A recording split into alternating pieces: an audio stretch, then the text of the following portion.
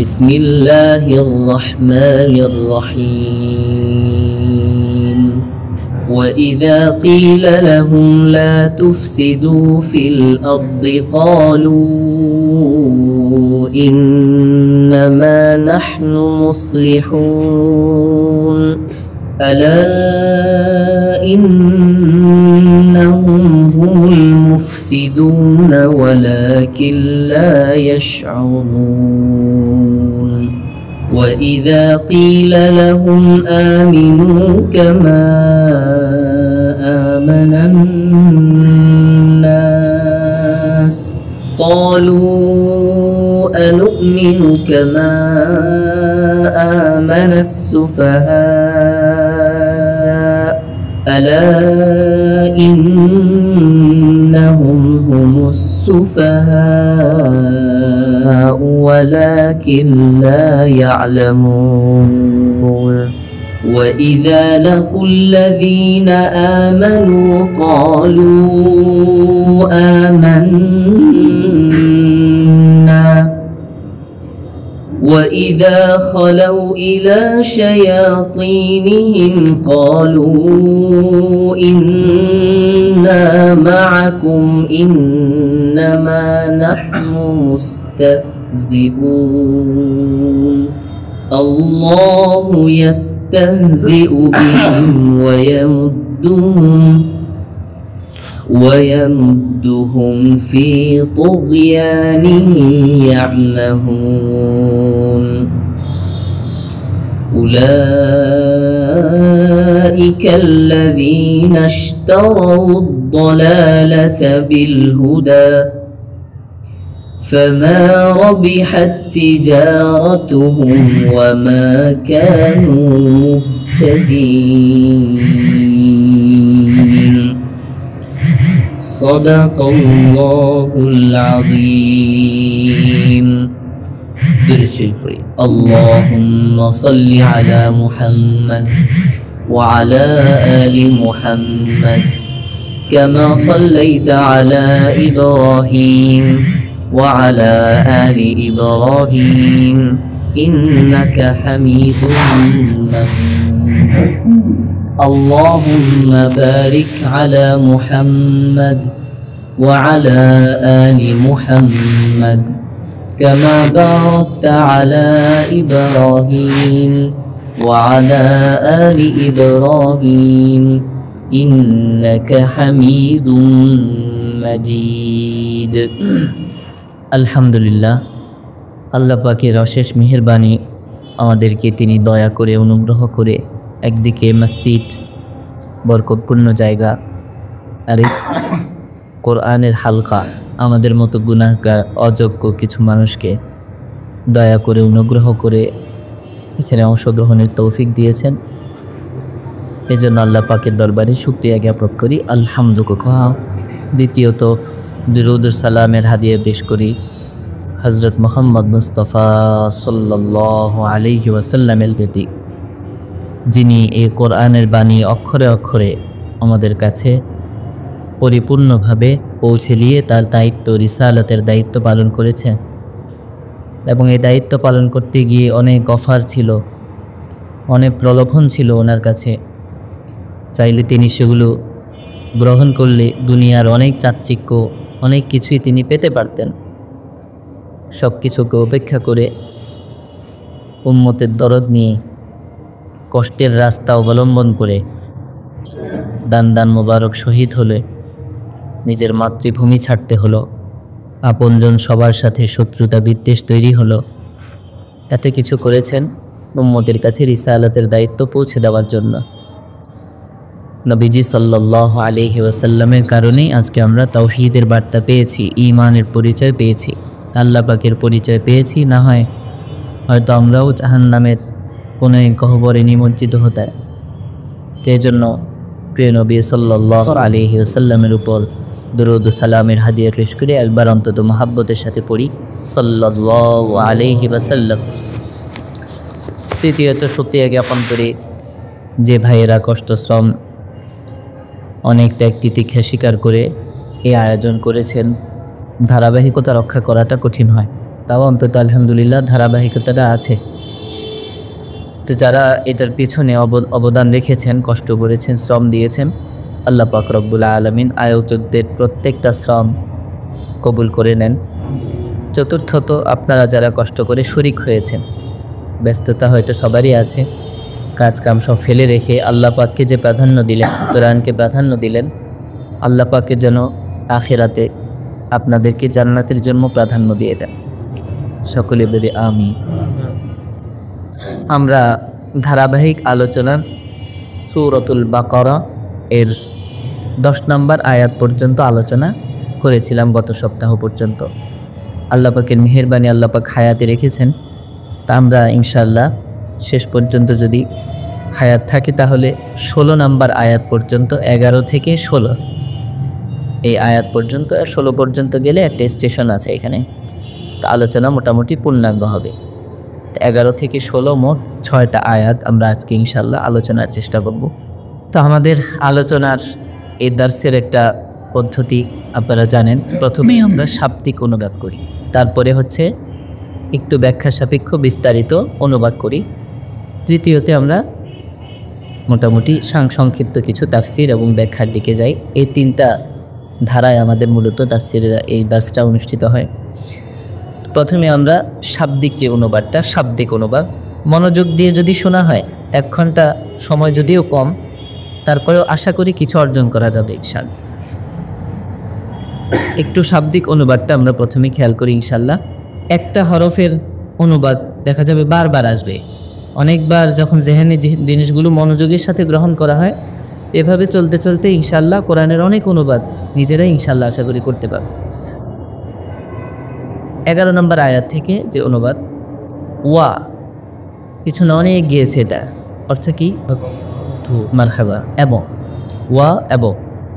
ইদা মানে হলো যখন, ইদা যখন, কিলা বলা হয়, কিলা বলা হয়, লাহুম তাদেরকে, পুরাটা মিলে কি হলো?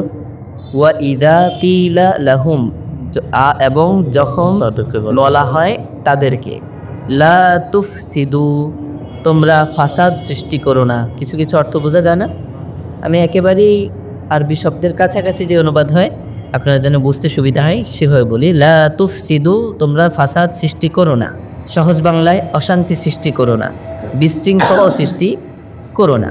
লা তুফসিদু, ফি অর্থ মধ্যে, আল আরদ ফিল আরদি, ফি মধ্যে, আল আরদ মানে জমিন, আল আরদ ইংরেজিতে আর্থ বলে, আর্থ, এই আর্থ থেকে মূলত আর্থ।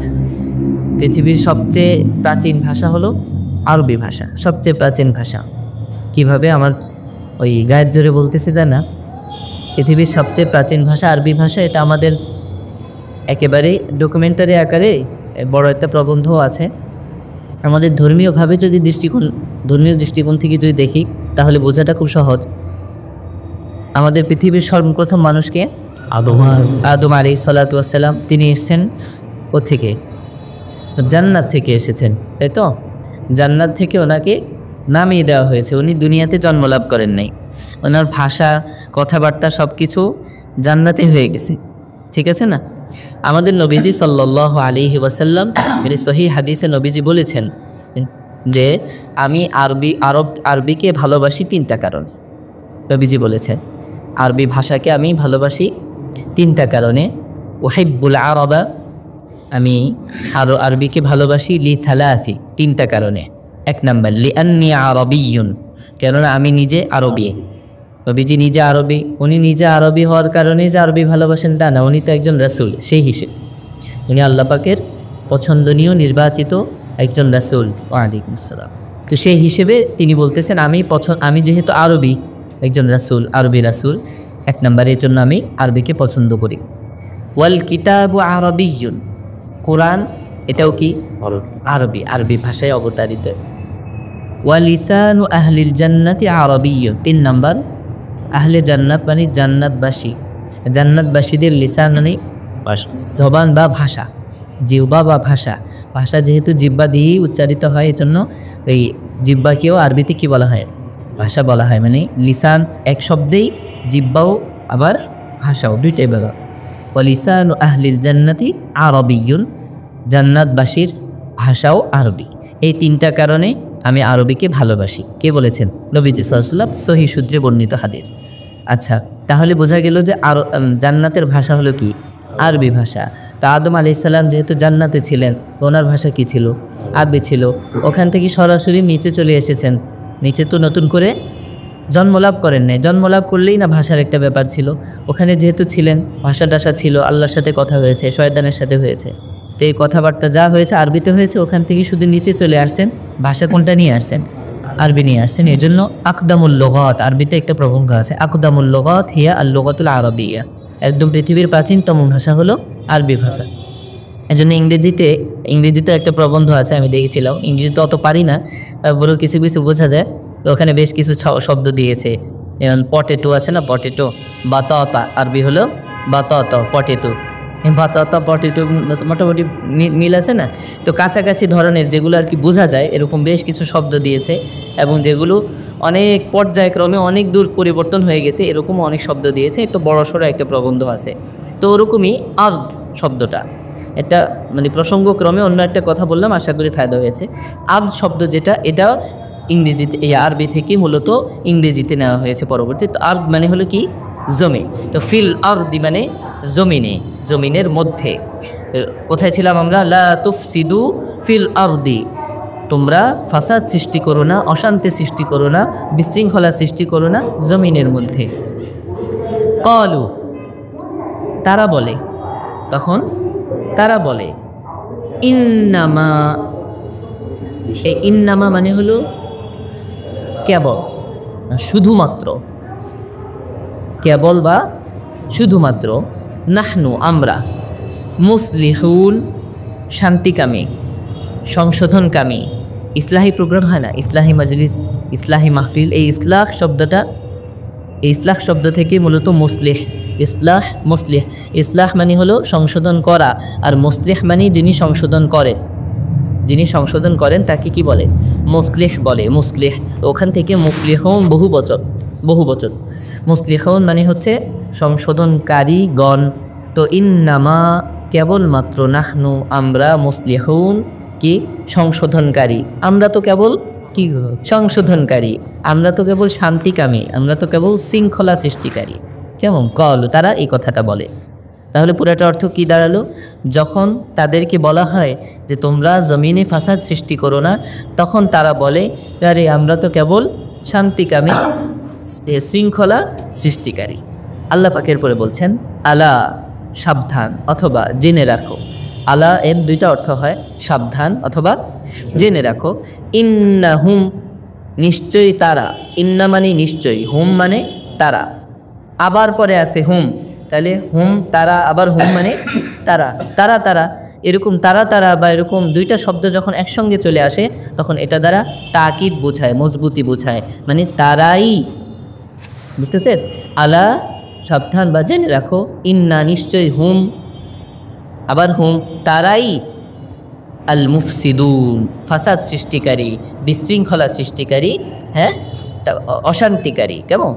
ওয়ালাকিন, ওয়া আর লাকিন মানে কিন্তু, তবে, লা ইয়াশউরুন তারা উপলব্ধি করে না, বোঝে না। এই শব্দটা আমাদের আগেও গিয়েছে, শুউর শব্দ থেকে, মনে আছে?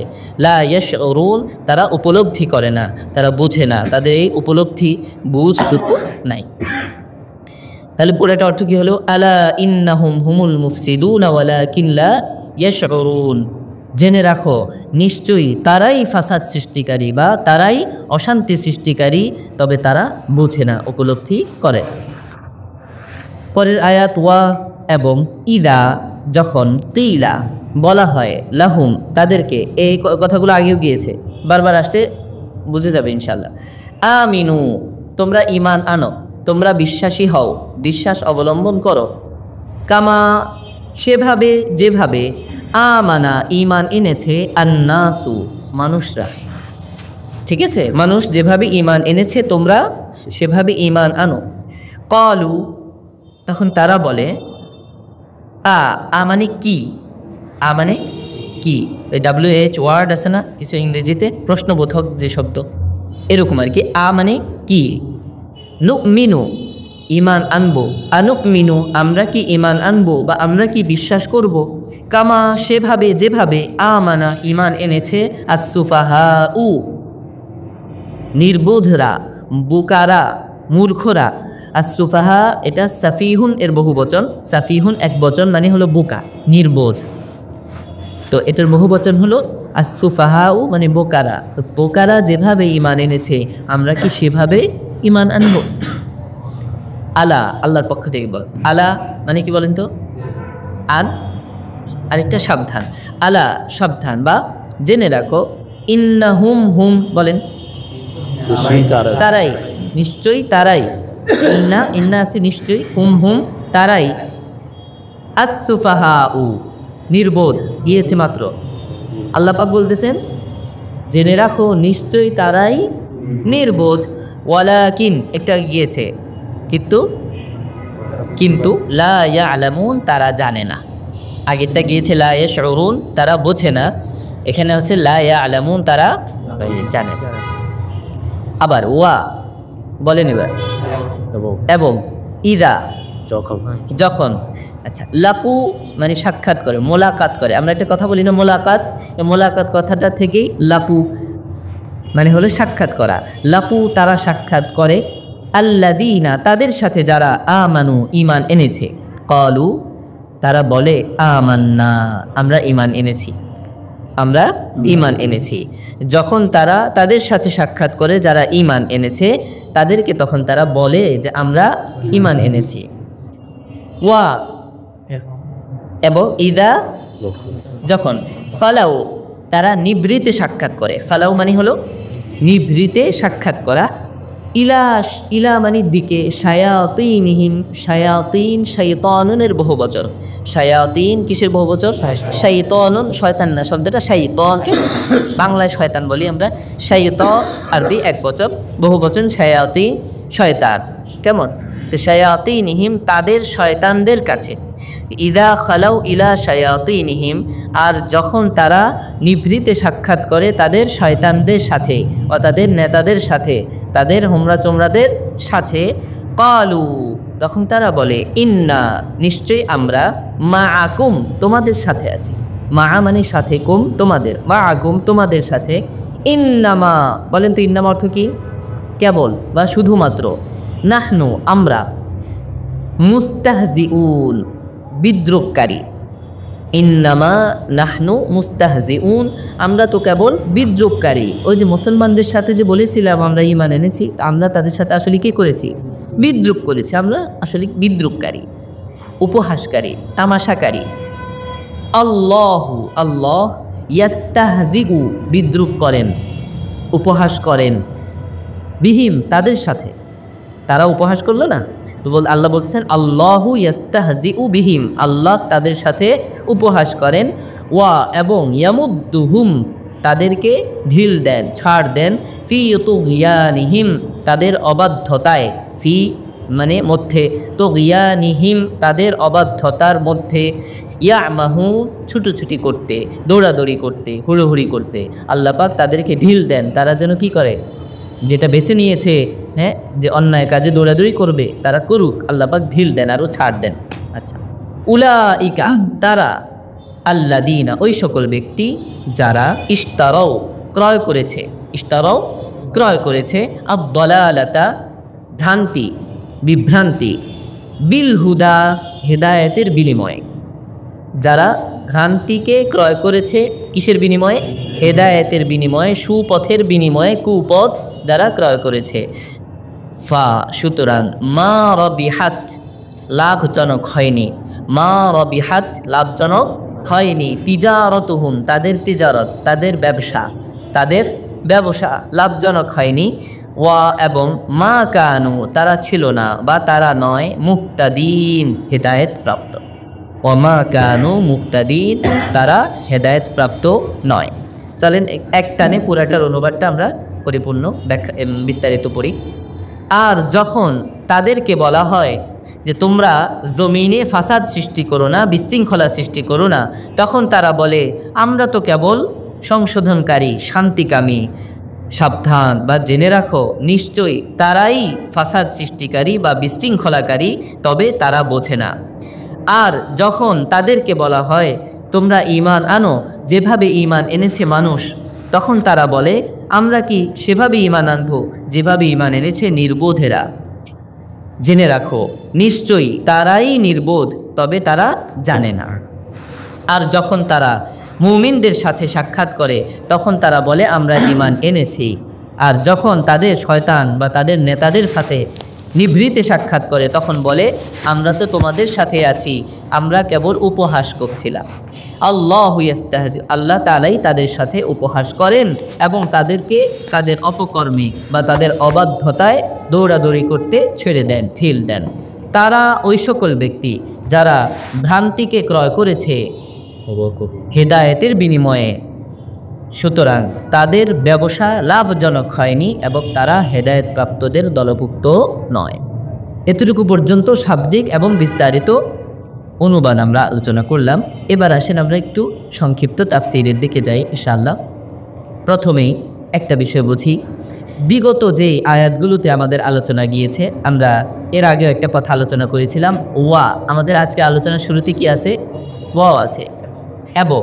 এবং কখন বলা হয়? যেখানে আগেরও কোনো একটা আলোচনার সূত্র আছে। তো আগের আলোচনাটা কী ছিল এটা আমাদের একটু মাথায় আবার একটু টেনে নিই। আগের আলোচনাটা ছিল মুনাফিকদের মৌলিক পরিচিতি, মুনাফিকদের, তাই না? মনে আছে তো? মৌলিক পরিচিতি সেখানে বলা হয়েছিল।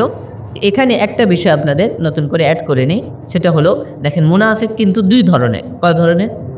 মুনাফিক দুই ধরনের। এবং নিফাক বা কপটতা এটা হলো কয় প্রকার? দুই প্রকার। একটা হলো আন নিফাকুল ইআতিকাদি, বিশ্বাসগত কপটতা। আন নিফাকুল ইআতিকাদি, আকিদা, আকিদা মানে বিশ্বাস। তো বিশ্বাসগত কপটতা, বিশ্বাসগত নেফাকি, এটা হলো একটা। দুই নাম্বার আন নিফাকুল আমালি, আমলগত বা কার্যকরণগত নিফাক, কপটতা। বুঝাতে কাজের দিক দিয়ে যে সমস্ত মুনাফিক, একটা হলো বিশ্বাসগত আর একটা হলো কর্মগত। একটা হলো বিশ্বাসগত আর এটা কি বলেন? কর্মগত।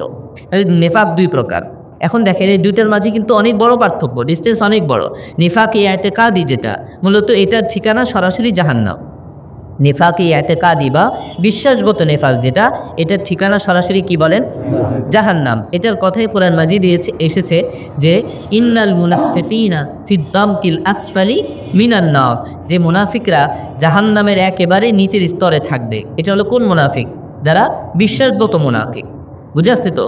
নিফাকে ইআতিকাদির সমস্যা যাদের মধ্যে আছে এরা। নিফাকে আমালি যাদের মধ্যে আছে, কর্মগত নিফাক, এটা আমাদের বহু মুসলমানের মাঝে আছে।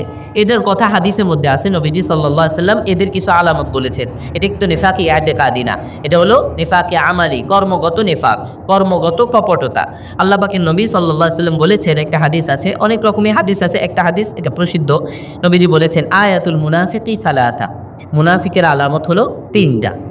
ইদা হাদ্দাসা কাদাবা, যখন সে কথা বলে তখন মিথ্যা বলে। ওয়াইদা ওয়াদা আখলাফা, যখন ওয়াদা করে তখন ভঙ্গ করে। ওয়াইদা তুমিনা খানা, যখন আমানত রাখা হয় তখন খেয়ানত করে।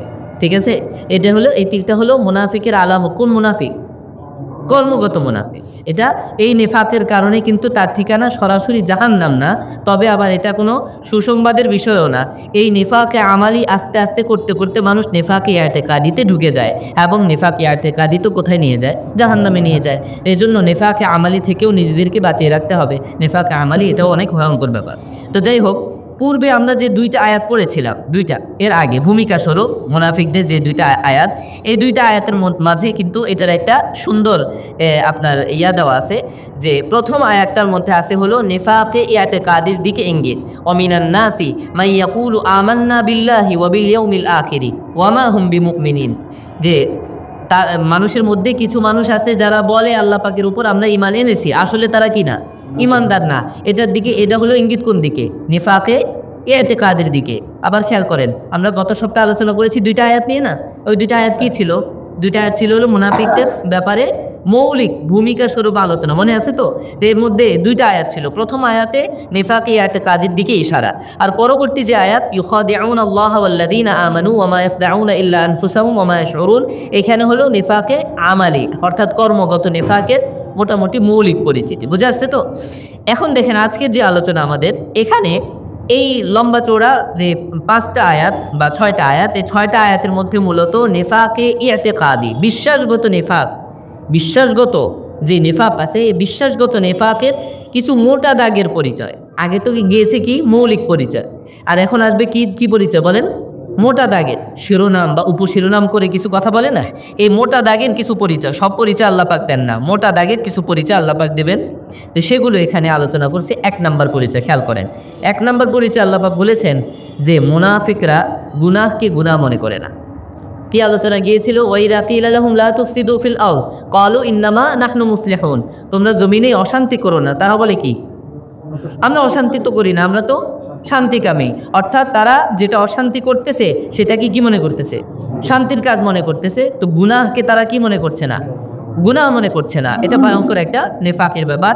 তো আল্লাহ পাক রব্বুল আলামিন কোরআন মাজিদে আরেক আয়াতে এটার দিকে ইশারা করেছেন যে ইন্নাহুম লা ইয়াসুদ্দুনাহুম আনিস সাবিলি, যে তারা মানুষকে সৎ রাস্তা থেকে সরিয়ে নিয়ে যায়। লা ইয়াসুদ্দুনাহুম আনিস সাবিল ওয়া ইয়াহসাবুনা, তারা মনে করে আন্নাহুম মুহতাদুন, যে তারা হেদায়েত প্রাপ্ত। বুঝতে পেরেছেন? যে তারা আসলে বিভ্রান্তির রাস্তায় চলে, কিন্তু তারা মনে করে যে তারা আসলে কি হেদায়েত প্রাপ্ত। এই কথাটা তারা মনে করে, তাহলে তারা গুনাহকে গুনাহ মনে করে না। তাহলে মুনাফিকদের আর একটা মোটা দাগের বৈশিষ্ট্য হলো কি? গুনাহকে তারা গুনাহ মনে করে না। এটা কিন্তু ভয়ঙ্কর ব্যাপার। 2 নাম্বার, ঈমানদাররা যখন বলে যে তোমরা ঈমান আনো, কি বলে? আমরা ওই নির্বুদ্ধের মতো ঈমান আনবো। কি বলে? এটা বলে না যে আমরা কি নির্বুদ্ধের মতো ঈমান আনবো? তার মানে হলো মুনাফিকদের 2 নাম্বার মোটা দাগের বৈশিষ্ট্য যে মুমিনদেরকে তারা বোকা মনে করে। মুনাফিকদের 2 নাম্বার মোটা দাগের বৈশিষ্ট্য কি? মুমিনদেরকে কি মনে করে? বোকা মনে করে। আপনারা এই পরিস্থিতিতে পড়েছেন? আমি পড়েছি, অনেক পড়েছি। বোকা, ব্যাককল, নির্বোধ, হুজুর কিচ্ছু বোঝে না, এরকম মনে করে। কথা বুঝে আসছে? তাহলে মুনাফিকদের 2 নাম্বার মোটা দাগের আরেকটা বৈশিষ্ট্য হলো তারা মুমিনদেরকে বোকা মনে করে, নির্বোধ মনে করে, আনস্মার্ট মনে করে। কথা বুঝে আসছে? দাঁড়িয়ে রাখলে আনস্মার্ট, তাই তো? এরকম মনে করে। তো এটা হলো মুনাফিকদের মোটা দাগের 2 নাম্বার বৈশিষ্ট্য। 3 নাম্বার মুনাফিকদের মোটা দাগের বৈশিষ্ট্য হলো যে তারা কাফেরদের সাথে গিয়ে তখন কি বলে? যে আমরা তো মুমিনদের সাথে কি করছিলাম? উপহাস করছিলাম, বলেছিল না? তাহলে মুনাফিকদের 3 নাম্বার মোটা দাগের বৈশিষ্ট্য হলো তারা উপহাস করে। মুনাফিকরা খুব উপহাস করে, তামাশা করে, হাস্যরস করে। কথা বুঝে আসছে? হ্যাঁ, মুমিনদেরকে নিয়ে। কাদেরকে নিয়ে? মুমিনদেরকে নিয়ে ঠাট্টা করে, বিদ্রুপ করে, উপহাস করে। এটা হলো মুনাফিকদের 3 নাম্বার বড় বৈশিষ্ট্য, মোটা দাগের বৈশিষ্ট্য। এই 3টা বৈশিষ্ট্য মোটামুটি মনে রাখবো আমরা ইনশাল্লাহ। 1 নাম্বার কি বলেন তো? মুনাফিকরা গুনাহকে গুনাহ মনে করে না। 2 নাম্বার হলো তারা মুমিনদেরকে বোকা মনে করে, নির্বোধ মনে করে, আনস্মার্ট মনে করে। 3 নাম্বার যে তারা উপহাস করে, মুমিনদের সাথে উপহাস করে, ঠাট্টা মস্করা করে, মুমিনদেরকে নিয়েও উপহাস করে, ঠাট্টা মস্করা করে। 3 নাম্বার। বুঝে আসছে তো? এই 3টা কথা ইনশাল্লাহ মনে রাখার চেষ্টা করব। এবার আরেকটা পয়েন্টে আসি। প্রথম আয়াতে তারা বলল যে ওয়াইদা কিলা লাহুম লা তুফসিদ, যখন তাদেরকে বলা হয় যে ফাসাদ সৃষ্টি করো না, তারা কি বলল? যে আমরা তো ফাসাদ সৃষ্টি করি না, আমরা হলো শান্তিকামী। আচ্ছা, এখানে একটা বিষয় বুঝেন, শান্তিকামী বা আমরা শান্তির কাজ করি, এটা শুধু মুখে বললেই তো হবে না। আপনি যে শান্তিকামী, আপনি শান্তির কাজ করছেন, এটার প্রমাণ কি? শান্তির প্রমাণ কি? আপনার কি কোনো নীতি আছে? নির্ধারিত নীতি আছে? কথা বুঝেন নাই? শান্তি যে আমি সৃষ্টি করছি এটা বলার জন্য একটা নীতি থাকা লাগবে না? আচ্ছা বলেন দেখি, কোনো চোর চুরি করলো, এখান থেকে জুতা চুরি করলো, সে কাজ করলো, তো সে একটা কাজ করলো, আপনি তারা ধরলেন কলার চেপে। সে বলল যে কি ব্যাপার, আমার ধরছেন কেন? আমি তো শান্তিকামী। কি বলেন? বলতে পারে না? তো নীতি আছে, আমাদের নীতি আছে যে আরেকজনের জুতা যদি মানে কোনো কথা না, অনুমতি না নিয়ে যায়, তাহলে এটা কি? এটা আমাদের নীতি, এটা হলো চুরি। এটা কি চুরি। এই নীতি, এটা আমরা গভর্নমেন্ট সহ সবাই এটা মেনে নিয়েছে, যার ফলে আমরা সাহসের সাথে তার কলারটা চেপে ধরতে পারি, সে এখানে এই নীতি থেকে বের হতে পারবে না। তো বলেন অপরাধের জন্য কি লাগবে? নীতি লাগবে না? একটা কথা বলার জন্য নীতি লাগবে। আপনি যে কোনো একটা দাবি করবেন, মুনাফিক দাবি করতেছে যে আমরা শান্তিকামী, ঠিক আছে, তাহলে এটার জন্য কি লাগবে? নীতি লাগবে। নীতি যদি না থাকে তাহলে দুনিয়ার যত ডাকাত সন্ত্রাস চোর আছে সবাই নিজেদের কালকে শান্তিকামী কাজ বলবে, সবাই বলবে, আমরা আর কিছু বলতে পারবো না। এটা কি লাগবে? প্রমাণ লাগবে, নীতি লাগবে। এবং এটা একেবারে শুধুমাত্র আমাদের ইসলামী শরীয়তের না, এটা পুরা পৃথিবীর ইন্টারন্যাশনাল একটা ল, একটা আইন, যে এটা আমাদের হাদিসের মধ্যেও আছে, আল বাইয়িনাতু আলাল মুদ্দা। আমাদের ইসলামিক ল, ইসলামিক ফিকের মধ্যেও এটা আছে একটা আইন, সেটা হলো আল বাইয়িনাতু আলাল মুদ্দাই। যে কোনো কিছু দাবি করে তাকে বাইয়িনা পেশ করতে হয়। বাইয়িনা মানে প্রমাণ, যুক্তি পেশ করতে হয়। আপনি হুট করে একটা কিছু আসে ই করলে, আমি বললাম যে ভাই সূর্য তো আজকে এই উত্তর দিক থেকে উঠেছে, আমি একটা জিনিস দাবি করলাম না, দাবি করলে আমার এখন প্রমাণ দিতে হবে। তো এটা হলো স্বতঃসিদ্ধ একটা মূলনীতি পুরো পৃথিবীর, পুরো ওয়ার্ল্ডের, যে আপনি কোনো কিছু দাবি করলে এর কি দিতে হবে? আপনাকে প্রমাণ দিতে হবে। আল বাইয়িনাতু আলাল মুদ্দাই ওয়াল ইয়ামিনু আলা মান আনকারা। এটা ইসলামিক লয়ের একটা নিয়ম, যে যিনি অস্বীকার করবেন তাকে কসম খেতে হবে। ইসলামিক ল, যিনি অস্বীকার করবেন তাকে কি করতে হবে? কসম খেতে হবে। এটা শুধু ইসলামিক ল না, এটা পুরা ওয়ার্ল্ডের প্রথম অংশ, যেটা যে কোনো কিছু দাবি করলে তাকে কি দিতে হয়? প্রমাণ পেশ করতে হয়। এটা পুরা ওয়ার্ল্ডের একটা নীতি, একটা নিয়ম। তাহলে আপনি একটা কথা যে দাবি করলেন যে আপনি শান্তিকামী, আপনাকে কি দিতে হবে? একটা নীতি দিতে হবে। আমাদের যেরকম মনে করেন নীতি আছে, আমাদের প্রত্যেকটা কাজের কি আছে? নীতি আছে। আমাদের নীতি নির্ধারককে আল্লাহ, আমাদের সমস্ত নীতি নির্ধারককে আল্লাহ। আমাদের নীতিমালা কি? কোরআন। আমাদের নীতিমালা এই 1450 বছর হয়ে গেছে। কোরআন তো প্রতি বছরে একটাতে চেঞ্জ হচ্ছে নাকি? বলেন না। 1450 বছর পর্যন্ত আমাদের নীতিমালা একটাই গ্রন্থ কোরআন, এবং এটার তাফসীর যা আছে এই অনেক বছর যাবত যা আছে সেগুলাই, কোনো রদবদল নাই এগুলোর মধ্যে। কোরআনের একটা হরফ এদিক সেদিক হয় না। আমাদের নীতিমালা একদম প্রতিষ্ঠিত, সুপ্রতিষ্ঠিত। এটা যে দেখে যান আমাদের নীতি, এটা আমরা প্রতিদিন রং বদলাই না। সকালে একটা কথা বললাম, বিকেলে একটা কথা বললাম, আইন বানাইলাম নিজের মন মতো, আমরা এটা করি না। আমার একটা নীতি আছে, আমরা সুপ্রতিষ্ঠিত। কথা বুঝে আসছে না? এটা আমাদের নীতি। এবং আমাদের নীতিবান মডেল ব্যক্তি হলেন প্রিয় নবী মুহাম্মদ মুস্তাফা সাল্লাল্লাহু আলাইহি ওয়াসাল্লাম। এবং আমাদের ইমানের বা নীতির মাপকাঠি হলেন সাহাবায়ে কেরাম। কারা? সাহাবায়ে কেরাম। এবং এই কথাটা সূরাতুল বাকারার শুরু থেকে আমাদের যে নীতি আছে, আমরা নীতি বহির্ভূত কথা বলি না, এই কথাটা ইমানদারের নীতি আছে, এটা শুরু থেকে বলা হয়েছে। প্রথমে বলা হয়েছে আল্লাযীনা ইউমিনুনা বিল গায়বি। ইমানদার প্রথমেই নীতি নির্ধারক বানাচ্ছে কাকে?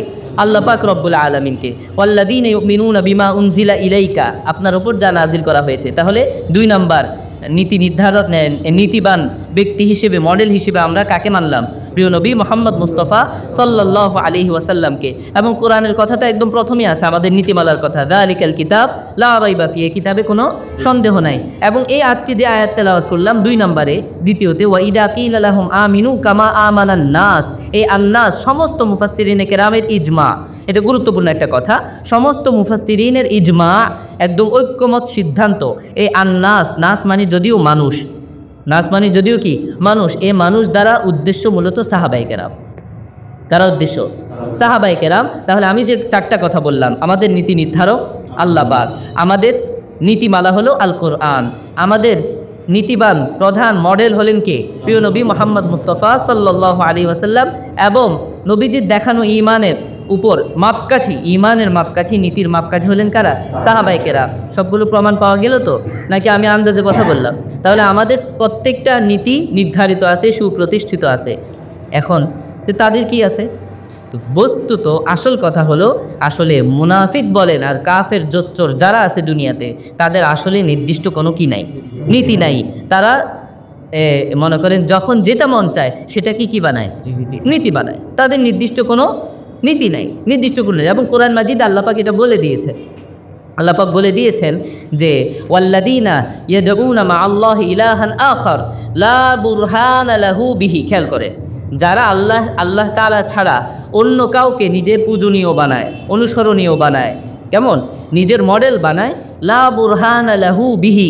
তা এই বুরহান শব্দের এই ব্যাখ্যা করেছেন প্রখ্যাত একজন মুফাসসির আছেন আব্দুর রহমান আস-সাদি। মুফাসসিরের নাম কি? আব্দুর রহমান আস-সাআদি। ওনার তাফসীরের কিতাবের নাম হলো তাফসীরুস সাআদি।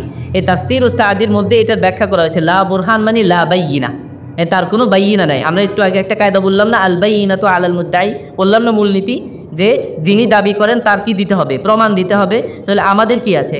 প্রমাণ আছে, কিন্তু ওদের কি নাই? কোনো প্রমাণ নাই, কোনো নীতি নাই। আল্লাহ পাক বলে দিয়েছেন লা বুরহান লাহু, তার কোনো নীতি নাই, কোনো প্রমাণ নাই, কোনো প্রমাণ নাই। এবং কোরআন মাজিদে আল্লাহ পাক রব্বুল আলামিন বলেছেন যে মুনাফিকদের অবস্থা হলো যে এরা একবার এদিকে যায় আবার ওদিকে যায়, একবার ওদিকে যায় আবার ওদিকে যায়, দোনো নৌকায় পা, মুযাবযাবিনা বাইনা যালিকা, মুযাবযাবিনা বাইনা যালিকা, তারা আপনার দুইটা দলের মাঝামাঝি থাকে, এই দোদুল্যমান অবস্থায় থাকে। কি অবস্থায়? দোদুল্যমান অবস্থায়। লা ইলাহা উলা ওয়ালা ইলাহা উলা, এদিকেও নয় আবার কি ওদিকেও নয়। চমৎকার একটা কথা হলো, আমাদের প্রিয় নবীজি সাল্লাল্লাহু আলাইহি ওয়াসাল্লাম এটার ব্যাখ্যা একটা হাদিস বলেছেন, দারুণ হাদিস, যদিও শুনতে একটু খারাপ লাগে কিন্তু একেবারে ফিট মুনাফিকদের সাথে। এটা হলো নবীজি সাল্লাল্লাহু আলাইহি ওয়াসাল্লাম বলেছেন যে মুনাফিকদের উদাহরণ, দৃষ্টান্ত হলো ওই মাদি ছাগির মতো, ওই ছাগলের মাদি আছে না, মেয়ে ছাগল আর কি, ওই মেয়ে ছাগলের মতো যে পড়েছে দুইটা পাঠার মাঝে, যে পড়েছে কি দুইটা পাঠার মাঝে, তার জৈবিক চাহিদা পূরণের জন্য সে একবার এই পাঠার কাছে যায় আবার ওই পাঠার কাছে যায়, সে তার কোনো নির্দিষ্ট কোনো পরিচয় নেই, আত্মপরিচয় নাই, স্যাঁচরা বলে না একটা কথা, এই স্যাঁচরা টাইপের। তো মুনাফিকরা হলো কি এরকম, তার যখন মনে করেন যেটা মনে চেয়েছে সেটার জন্য ওদিকে যাবে, যেদিকে তার সুবিধা, বাতাস যেদিকে সে দৌড় কি দেয় ওদিকেই দেয়। কিন্তু আমাদের সমস্ত কিছু নীতির সাথে আছে আলহামদুলিল্লাহ। আমাদের যে কোরআন, এই কোরআন আল্লাহ পাক রব্বুল আলামিন সূরাতুদ দোখানের মতো আয়াত নাজিল করেছেন, হামিম ওয়াল কিতাবিল মুবিন, কসম ওই কিতাবের যে কিতাব বাইয়িনা সমৃদ্ধ বা প্রমাণ সমৃদ্ধ। এই মুবিন মানে, মুবিন শব্দটা বাইয়িনা থেকে এসেছে, মুবিন বাইয়িনা ওয়ালা মানে যেটার মধ্যে কি আছে? প্রমাণ আছে, সুপ্রতিষ্ঠিত কিতাবের শপথ করেছেন আল্লাহ পাক। সূরাত ইয়াসিনের মধ্যে আল্লাহ পাক রব্বুল আলামিন বলেছেন ওয়া কুল্লা শাইইন আহসাইনাহু ফি ইমামিম মুবিন, আমি এই সব কিছু, মানুষ যত কিছু যা কিছু করে এবং দুনিয়াতে যা কিছু হবে, তো আমি সব কিছু নীতি নির্ধারণ করে দিয়েছি কোথায়? ফি ইমামিম মুবিন, একদম বাইয়িনা সমৃদ্ধ বা প্রমাণ সমৃদ্ধ এই কোরআনের মধ্যে। প্রমাণ সমৃদ্ধ কোথায়? কোরআনের মধ্যে। তাহলে কোরআনটা প্রমাণ সমৃদ্ধ আল্লাহ পাক বলেছেন। এবং আমাদের প্রিয় নবী মুহাম্মদ মুস্তাফা সাল্লাল্লাহু আলাইহি ওয়াসাল্লামকে আল্লাহ পাক রব্বুল আলামিন যে সূরাগুলো দিয়েছেন, একটা সূরায়ে কোরআন শরীফে নাজিল হয়েছে, সূরার নাম সূরা আল বাইয়িনা। নাম শুনেছেন আপনারা? 30 নম্বর পারার মধ্যে এই সূরাটা আছে। সূরার নামই হলো কি? সূরা আল বাইয়িনা। এই সূরা আল বাইয়িনা, এই বাইয়িনা দ্বারা আমাদের নবীজিকে উদ্দেশ্য, লাম ইয়াকুনিল্লাযীনা কাফারু মিন আহলিল কিতাব ওয়াল মুশরিকিনা মুনফাক্কিনা হাত্তা তা'তিয়াহুমুল বাইয়িনা রাসূলুম মিনাল্লাহ। এই বাইয়িনার ব্যাখ্যা হলো রাসূলুম মিনাল্লাহ, বুঝা আসছে? পরের আয়াত। অর্থাৎ আল্লাহ পাক বলছেন যে মুনাফিক এবং মুশরিক এবং কাফের যারা, তারা সুস্পষ্ট প্রমাণ না হলে তারা আসলে ঈমান আনবে না। তা আমি একটা সুস্পষ্ট প্রমাণ দিলাম, সেই প্রমাণ হলেন কে? আমাদের প্রিয় নবী সাল্লাল্লাহু আলাইহি ওয়াসাল্লাম। তাহলে আমি যেটা বুঝাতে চাচ্ছি ভাইরা, আমাদের যত কথা আছে সব কিছু হলো প্রামাণিক কথা। সব কি কথা? প্রামাণিক কথা। একটু জোরে আলহামদুলিল্লাহ বলে। আলহামদুলিল্লাহ, আমাদের এটা একটা মজবুতি, একটা শক্তি, যে আমরা জীবনে দুইটা কথা বলি না, দ্ব্যর্থহীন কথা। আমাদের কথা বুঝে আসছে না? আমাদের কথার মধ্যে কোনো দ্ব্যর্থ নাই, দ্ব্যর্থবোধক কিছু নাই, দ্ব্যর্থহীন কথা। একদম 1450 বছর আগ থেকে এখন পর্যন্ত একই কথার উপর আসি, সকালে একটা বিকেলে একটা। আলহামদুলিল্লাহ, পুরা দুনিয়ার যত মুনাফিক আছে, যত কাফের আছে, কাফেরদের মধ্যে তো মুনাফিকই থাকেই, সবার কথা হলো দ্ব্যর্থবোধক। এদের কথা সকালে একটা বিকেলে কি আরেকটা। কথা বুঝে আসছে তো? তাহলে এখান থেকে একটা গুরুত্বপূর্ণ বিষয় বুঝলাম, মুনাফিকদের যে কথাবার্তা, এগুলোর আসলে কোনো নীতি নাই, তাদের কোনো প্রামাণিক গ্রন্থ নাই, কোনো কথা নাই। একটা কথা সকালে বলে, আরেকটা কথা বিকেলে বলে। আরেকটা কথা দেখেন, আল্লাহ পাক রব্বুল আলামিন বললেন আলা ইন্নাহুম হুমুল মুফসিদুনা ওয়ালাকিন লা ইয়াশউরুন। আল্লাহ পাক নিজে বলতেছেন তারাই আসলে কি? ফাসাদ সৃষ্টিকারী। তাহলে আমরা ফাসাদ সৃষ্টিকারী কি ফাসাদ সৃষ্টিকারী না, এটার নির্ধারক হিসেবে কাকে নির্বাচন করেছি? বলেন কাকে? আল্লাহ সুবহানাহু ওয়া তাআলা। উনি যাকে বলবেন যে সে ফাসাদ সৃষ্টিকারী, সে ফাসাদ সৃষ্টিকারী। উনি যাকে বলবেন সে মুসলিহ, সে ইসলাহকারী, সে আল্লাহ পাকের কথাই শেষ, এর উপরে কি নাই? কোনো কথা নাই। ফাসাদ সৃষ্টি করা বা না করা এটার ক্ষেত্রে নির্ধারক কে? আল্লাহ পাক রব্বুল আলামিন। তাহলে দুনিয়ার সমস্ত মানুষ মিলেও যদি বলে যে আমরা শান্তিকামী, আমরা শান্তিরক্ষী, তাইলে আল্লাহ পাক যদি বলেন যে তারা আসলে শান্তিরক্ষী না, তাহলে কি হবে? কারটা গ্রহণ হবে? আল্লাহ পাক রব্বুল আলামিন কথাটা গ্রহণযোগ্য হবে। এবং এখান থেকে গণতন্ত্র স্পষ্টভাবে কুফরি, নিষিদ্ধ। পুরা ইসলামে কোন গণতন্ত্র কি বলেন? স্পষ্ট নিষিদ্ধ, স্পষ্ট। মনে করেন এখানে আপনারা আছেন, আচ্ছা দুনিয়ার মধ্যে বেশিরভাগ মানুষ কি মানে ডানপন্থী না বামপন্থী? বামপন্থী না বেশিরভাগ মানুষ? আমি পুরা দুনিয়াটাকে ধরলাম একটা রাষ্ট্র, শুধু পুরা দুনিয়ার কথা কেন, আমি বাংলাদেশের কথাই বলি। যে কোনো একটা রাষ্ট্রকে আপনি এভাবে চিন্তা করতে পারেন, যে কোনো রাষ্ট্রের মধ্যে আপনি ধরেন আপনি একটা মন্দ কাজ এর ব্যাপারে আপনি ভোটাভুটি নেবেন, কে পাশ করবে? কোনটা পাশ করবে? মন্দ কাজ পাশ করবে। তাহলে যে বেশিরভাগ মানুষ মনে করেন ভোট দিল মন্দ কাজের পক্ষে, মদ খাবে কি খাবে না? বেশিরভাগ মানুষ বলবে কি হ্যাঁ মদ খাবো আমরা, মদ বলো ভালো জিনিস। আচ্ছা মোবাইলে খারাপ সিনারি দেখবো কি দেখবো না? সবাই রায় দিল যে কি আমরা দেখব। তাহলে কি বলেন, গণতন্ত্রের সিস্টেমে যে সবার মত যেদিকে বেশি যায় সেটাই গ্রহণ করা হবে, তাহলে গ্রহণ করা যাবে? ইসলাম তো সরাসরি এই আয়াতের মাধ্যমে ঘোষণা করে দিল যে আসলে মুফসিদ আর মুসলিহ কে, এটা নির্ধারক কে? আল্লাহ পাক রব্বুল আলামিন। সুতরাং গণতান্ত্রিক পদ্ধতি সিস্টেম এটা আসলে নীতি নির্ধারক নয়, কখনোই নয়, এটা অসম্ভব। বুঝে আসছে তো? তাহলে এখান থেকে গণতন্ত্রকে সম্পূর্ণ নো বলা হলো, গণতন্ত্র এটা বাতিল। আলা ইন্নাহুম হুমুল মুফসিদুনা ওয়ালাকিন লা ইয়াশউরুন, তারা বোঝে না।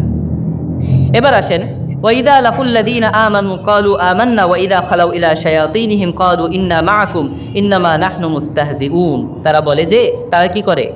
ইস্তেহজা করে, যে মুসলমানদের সাথে তারা উপহাস করে, ঠাট্টা মশকরা করে। এর বিপরীতে আল্লাহ বলতেছেন আল্লাহু ইস্তাহজিউ বিহিম, আল্লাহ তাদের সাথে উপহাস করেন। এখানে গুরুত্বপূর্ণ ঈমানের একটা বিষয়। আমি মোটা দাগের গুরুত্বপূর্ণ কথাগুলো বলতেছি, সময় কম। আল্লাহ পাক রব্বুল আলামিন তো পবিত্র, আল্লাহ পাক পবিত্র না? আল্লাহ পাকের সাথে ভালো কাজগুলো যায়, কিন্তু খারাপ কাজ, অন্যায় কাজ এগুলোকে আল্লাহ পাকের সাথে যায়? তাহলে ইস্তেহজা করা বা উপহাস করা, ঠাট্টা মশকরা করা, এটার সাথে আল্লাহ পাক রব্বুল আলামিনের যুক্তি, আল্লাহ পাক রব্বুল আলামিনের এই সংযুক্তিটা, এটা তো মানে মানা যায় না, তাই না? এরকম লাগে না? এইটার ক্ষেত্রে খেয়াল করেন। তাহলে আমরা প্রথমে প্রশ্নটা বুঝি। প্রশ্ন হলো কি, যে আল্লাহ পাক রব্বুল আলামিন তো পুত পবিত্র, তিনি অনর্থক কাজ কখনোই করেন না, তাহলে তার সাথে ইস্তেহজা শব্দটা কিভাবে লাগানো গেল? প্রশ্নটা বুঝতে পেরেছেন তো? এই প্রশ্নটার উত্তর কি? প্রশ্নটার উত্তর হলো, প্রথম উত্তর, এই আমি যে উত্তরগুলো বলবো এগুলো হলো ইবনে জারির তবারি রাহিমাহুল্লাহ, তাফসীরে তবারি নাম শুনেছেন আপনারা? তাফসীরে তবারির মধ্যে সুন্দরভাবে বিস্তারিত আলোচনা এসেছে। তো ইবনে জারির তবারি উনি বলেছেন যে প্রথমে এটা এরকম হতে পারে যে এটা হলো আল্লাহ পাকের কিয়ামতের একটা আচরণ, কিয়ামতের একটা আচরণ, অর্থাৎ আল্লাহ পাক যে এই ইস্তেহজাটা করবেন এটা কিয়ামতের ময়দানে হবে, এটা দুনিয়ায় না। কোথায় না? এটা দুনিয়ায় না, এটা কিয়ামতের ময়দানে আল্লাহ পাক করবেন। এটা সূরাতুল হাদিদের মধ্যে আল্লাহ পাক আলোচনা করেছেন। কি আলোচনা করেছেন? যে ওয়াইদ ইয়াকুলুল মুনাফিকুনা ওয়াল মুনাফিকাতু লিল্লাযীনা আমানু যুরুনা নাফতাবিস মিন নূরিকুম। কিয়ামতের ময়দানে মুনাফিকরা বলবে মুমিনদেরকে যে ভাই একটু দাঁড়াও, তোমাদের কাছ থেকে একটু আলো নিয়ে যাই। নাফতাবিস মিন নূরিকুম কিলা ইরজিউ ওয়ারাআকুম ফালসাবিসু নূরা। তাদেরকে তখন বলা হবে পিছনে যাও, পিছনে মানে দুনিয়ায় যাও, ওখান থেকে আলো নিয়ে আসো। ওখানে কিয়ামতে আর আলো নেওয়ার কোনো সুযোগ নাই, তোমরা পিছনে গিয়ে দুনিয়া থেকে আলো নিয়ে আসো। ইরজিউ ওয়ারাআকুম ফালতামিসু নূরা, এটা যখন বলবে, এরপরে মুনাফিকদের সাথে মুমিনদের যে কথাবার্তার সুযোগ আল্লাহ পাক বন্ধ করে দিবেন। ফাদুরিবা বাইনাহুম বিসুরিন লাহু বাব, তাদের মাঝখানে একটা দেয়াল দিয়ে দেওয়া হবে। কি দেওয়া হবে? দেয়াল দিয়ে দেওয়া হবে। বাতিনুহু ফীহি রাহমাতু ওয়া যাহিরুহু মিন কিবালিহিল আযাব, যে এটার একদিকে থাকবে রহমত, আরেক দিকে থাকবে হলো কি? আযাব। মুমিনদের দিকে থাকবে রহমত আর অপর দিকে থাকবে আযাব। এটাকে মুফাসসিরিন কেরাম বলেছেন এটা মূলত আরা, এই জায়গাটার নাম হলো কি? আরাব, অর্থাৎ এটা জাহান্নামও না জান্নাতও না, এটার মাঝে কিছু মানুষ থাকবে যাদের নেকি বদি এটা সমান, এদেরকে এখানে রাখা হবে, এরা একবার জান্নাতের দিকে তাকাবে একবার জাহান্নামের দিকে তাকাবে, এভাবে তাদের সময় চলতে থাকবে আল্লাহ পাকের কাছে, এরা আশা করতে থাকবে আল্লাহ পাক যেন তাদেরকে জান্নাতে দিয়ে দেন, এটাকে আরাব বলে। যাই হোক, এই মুনাফিকদের মাঝখানে কি দেওয়া হবে? দেয়াল দিয়ে দেওয়া হবে। তাহলে এই যে দেয়ালটা দিয়ে দেওয়া হলো, এর আগে তাদের অবস্থা কী ছিল?